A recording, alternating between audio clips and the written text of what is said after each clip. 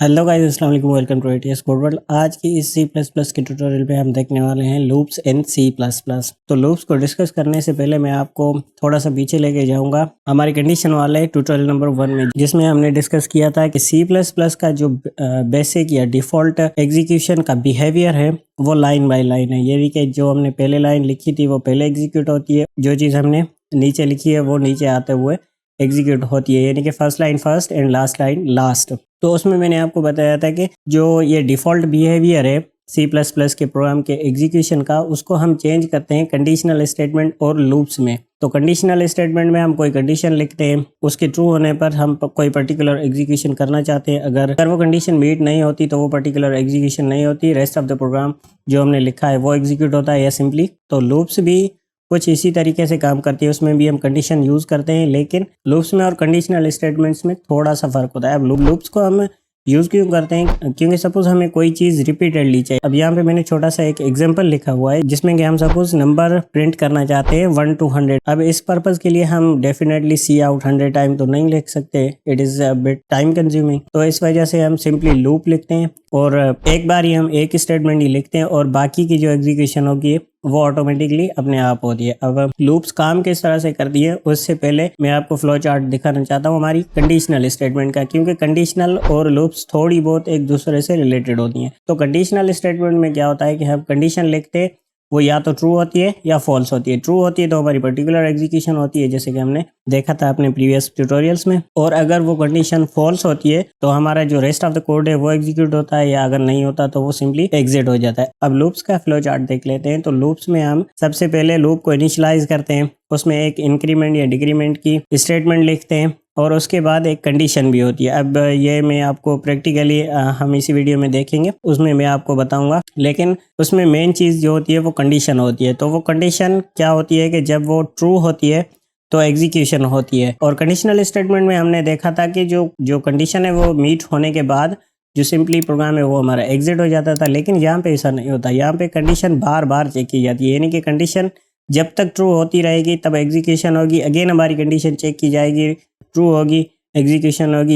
ये रिपीटेशन तब तक चलती रहेगी जब तक कि कंडीशन फॉल्स नहीं हो जाती। और एक बार अगर कंडीशन फॉल्स हो गई तो उसके बाद हमारा जो कंट्रोल है वो बाहर चला आता है और प्रोग्राम टर्मिनेट होता है, टर्मिनेशन होती है हमारे प्रोग्राम की, या फिर जो हमने लूप्स के बाहर जो हमने स्टेटमेंट्स लिखी हैं वो एग्जीक्यूट होती हैं। आई होप कि आपको ये समझ में आ गई होगी। अगर नहीं आई है तो वीडियो को थोड़ा सा पीछे करके अगेन दोबारा इसको देख लीजिएगा और हम इसका प्रैक्टिकल देखेंगे तो आपको थोड़ा सा ज़्यादा क्लियर हो जाएगा। अब लूप्स की टाइप्स की बात करते हैं तो सी प्लस प्लस में बेसिकली 3 तरह की लूप होती है। एक फार लूप होती है, एक वाइल लूप होती है और तीसरी होती है डू वाइल लूप। अब फार लूप में मैंने नेस्टेड फार लूप लिखा है, ये कोई अलग से लूप नहीं है, ये हमने नेस्टेड कंडीशन में देखा था, नेस्टेड इफ एल्स में, कि हम कंडीशन के अंदर कंडीशन लिखते हैं। और सिमिलरली यहाँ पे भी ऐसा ही होता है, हम एक बाहर वाली लूप होती है और एक अंदर वाली लूप होती है। अब ये जब हम एरे पढ़ेंगे तो उसमें मैं आपको nested for loop in detail बताऊंगा, लेकिन अभी बस इतना समझ लीजिए कि लूप एक बाहर होती है एक अंदर होती है। तो दोनों लूप एक दूसरे से कनेक्टेड होती हैं, तो पहले बाहर वाली एग्जीक्यूट होती है और उसके बाद अंदर वाली, दोनों मिलके एग्जीक्यूट होती हैं। अब इस वीडियो में सिंपल आपको फॉर लूप दिखाने वाला हूँ, क्योंकि आपको पता है कि मैं जो भी हमारा नया टॉपिक आता जाता है तो पहले हम उसको थोड़ा बहुत इंट्रोड्यूस करवाते हैं और उसके बाद हमारी जो नेक्स्ट वीडियो आती है उसमें हम थोड़ा सा उसको डीपली पढ़ते हैं। अब यहाँ पे भी मैं यही सेम करने वाला हूँ, इसमें आपको थोड़ा बहुत इंट्रोडक्शन देने वाला हूँ और हमारी जो नेक्स्ट आने वाली वीडियोस होंगी उसमें मैं आपको फॉर लूप थोड़ी सी और डिटेल में भी बताऊंगा और उसमें मैं नेस्टेड फॉर लूप भी कवर करूँगा। और उसके बाद हमारी जो बाकी की 2 लूप है इन दोनों के लिए मैं अलग से वीडियो में आपको बताऊँगा। राइट, तो अब बात कर लेते हैं हमारे प्रैक्टिकल की। तो प्रैक्टिकल में सबसे पहले मैंने एक फॉर लूप ली हुई है, एक बहुत ही छोटा सा एग्जांपल लिया हुआ है मैंने, कि सिंपली ये हम क्या कर रहे हैं कि नंबर्स को प्रिंट कर रहे हैं 0 से 5 तक। तो सबसे पहले मैं आपको इसको एग्जीक्यूट करके दिखाता हूँ और फिर मैं आपको इसके बारे में बताता हूँ कि एग्जैक्टली हमारे प्रोग्राम में हो क्या रहा है। राइट, तो ये हमारा प्रोग्राम रन हो गया है और यहाँ पे आप देख सकते हैं कि 0 से लेकर 5 तक हमारे जो नंबर्स हैं वो प्रिंट हुए हैं। अब ये कैसे हुए हैं, ये हमारी लूप कर रही है और उसके बाद एंड ऑफ द लूप वाली जो हमारी स्टेटमेंट है वो एग्जीक्यूट हुई है। अब इसको मैं थोड़ा सा ब्रेक डाउन करता हूँ और आपको बताता हूँ कि ये हो कैसे रहा है एक्चुअली। तो सबसे पहले हमने एक इंटीजर लिया है i और उसको हमने सिर्फ डिक्लेयर करके रखा है। अब डिक्लेयर करना यानी कि वेरिएबल का नाम लिख देना और उसका डेटा टाइप डिसाइड कर देना। अब यहाँ पे मैंने सिर्फ वेरिएबल का नाम लिखा है और डेटा टाइप हमने डिसाइड की है इंटीजर।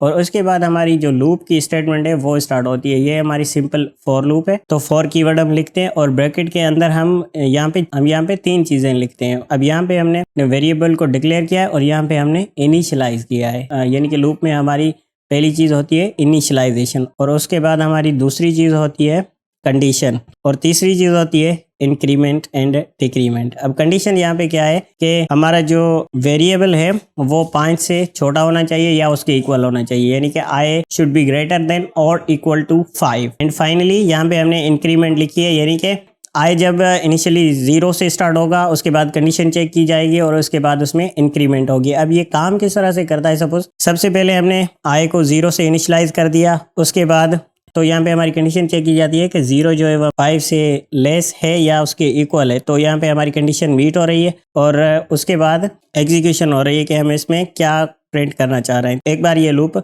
चलेगी, अगेन हमारी जो लूप है इस बार इसमें इंक्रीमेंट होगी, यानी कि आई हमारा 0 से 1 होगा। अगेन कंडीशन चेक की जाएगी कि 1 जो है वो 5 से लेस है या उसके इक्वल है, तो लेस है, तो ये अगेन हमारी दोबारा ये लूप चलेगी, यानी कि हमारा 1 प्रिंट होगा। तो सिमिलरली ये तब तक होता रहेगा जब तक आई 5 नहीं हो जाता। जब आई 5 हो जाता है तो हमारी ये एग्जीक्यूशन होती है लास्ट टाइम, और जब ये 5 से 6 यानी आई प्लस प्लस यानी कि उसमें एक नंबर का इजाफा हो जाता है। प्लस प्लस आपको पता है कि एक नंबर का इजाफा करता है, हमने देखा था हमारी प्रीवियस वीडियोस में, शायद ऑपरेटर वाली वीडियो में हमने देखा था, आई बटन में चेक कर लीजिएगा। तो यहाँ पे 5 में एक नंबर का इजाफा हो जाता है, यानी कि वो 6 हो जाता है, और 6 होने के बाद यहाँ पे कंडीशन चेक की जाती है कि 6 जो है वो 5 से लेस है या उसके इक्वल है। तो ये कंडीशन अब इस बार यहाँ पे मीट नहीं हो रही, तो ये कंडीशन मीट नहीं होती, तो उसके बाद ये हमारी लूप की जो एग्जीक्यूशन है वो यहाँ पे स्टॉप हो जाती है और हमारी बाकी जो एग्जीक्यूशन है वो स्टार्ट हो जाती है।